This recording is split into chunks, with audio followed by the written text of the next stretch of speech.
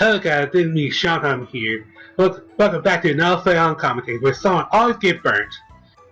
Today's video is on Verlisify. Verlisify is a poketuber that does Pokemon Wi-Fi battles, discussion videos, and Pokemon news. Anything Pokemon related, he does it. But he also has strong stance against Pokemon hacking or cheating. So with that said, let's go.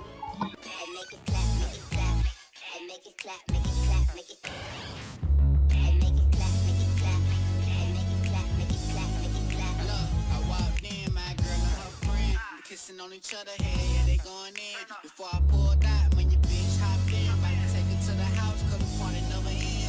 This is a rock, then I mix it up. Strip a molly on the table, then she sit up. Some people do not have time to sit there and breed hundreds of competitive mons, so hacking is much faster, yield the same. Okay.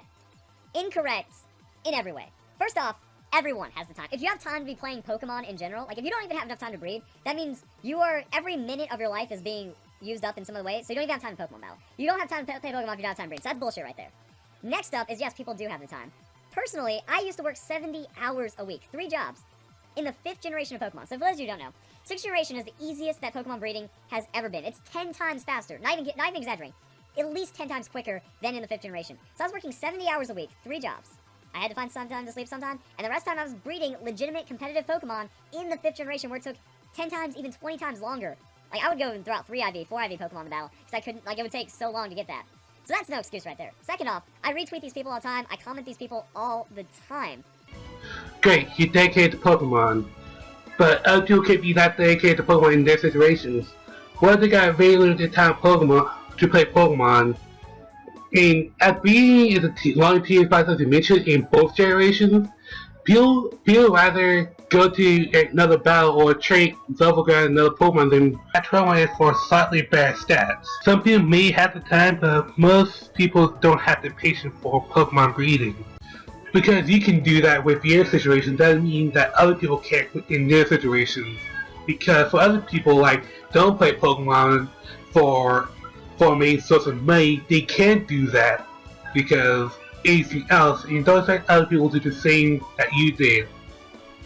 Which is that's immature of you to assume that about other people's time.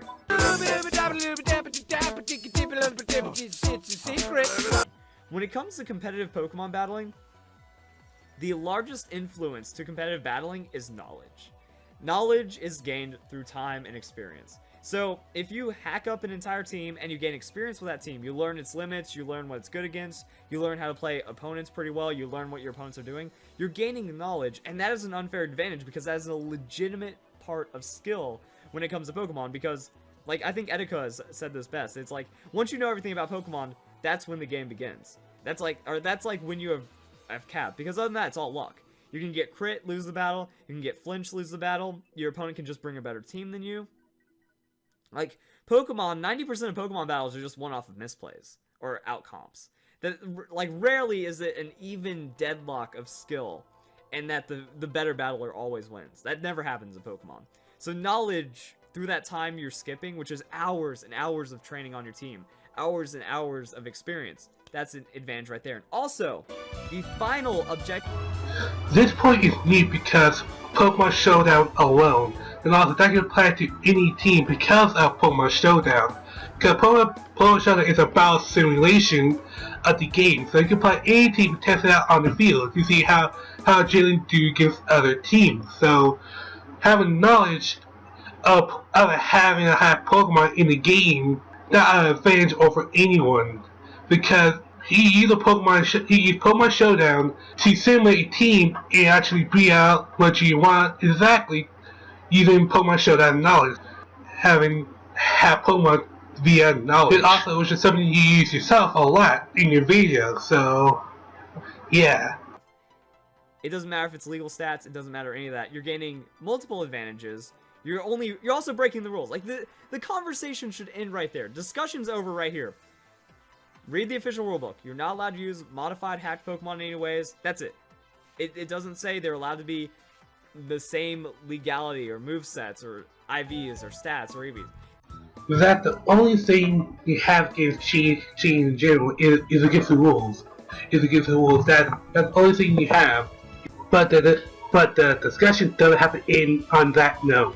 Why people and friends can play by their own rules. Not hurting when you play by their own rules.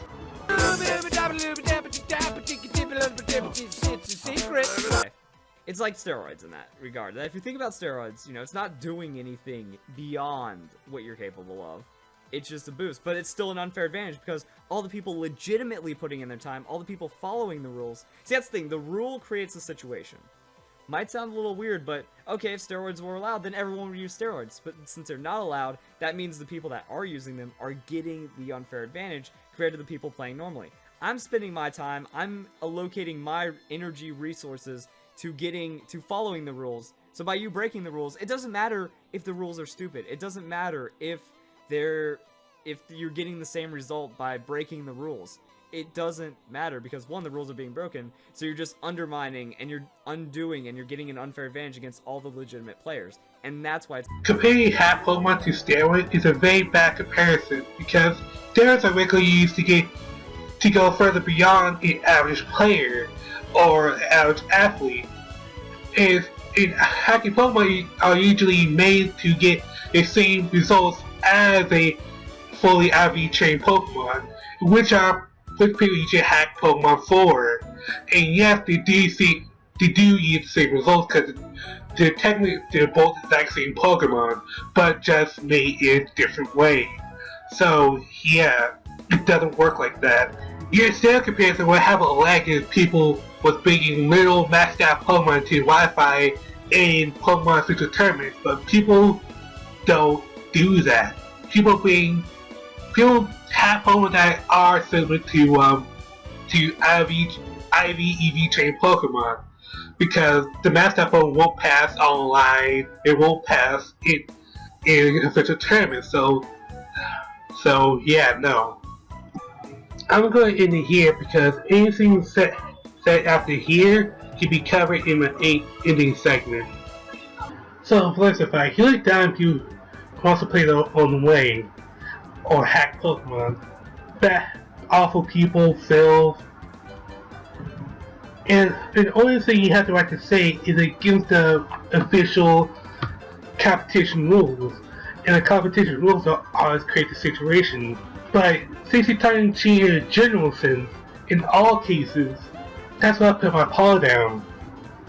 Having half Pokemon, even using them online, is not hurting anyone, since they still have legal stats. A common skill of Pokemon if you want, but let me ask you this one thing: why do you play Pokemon? Why do anyone play Pokemon in the first place? To have fun. And some people have fun in their own ways. It should not be looked down upon by anyone. So this is not Sean Harvey here, signing out.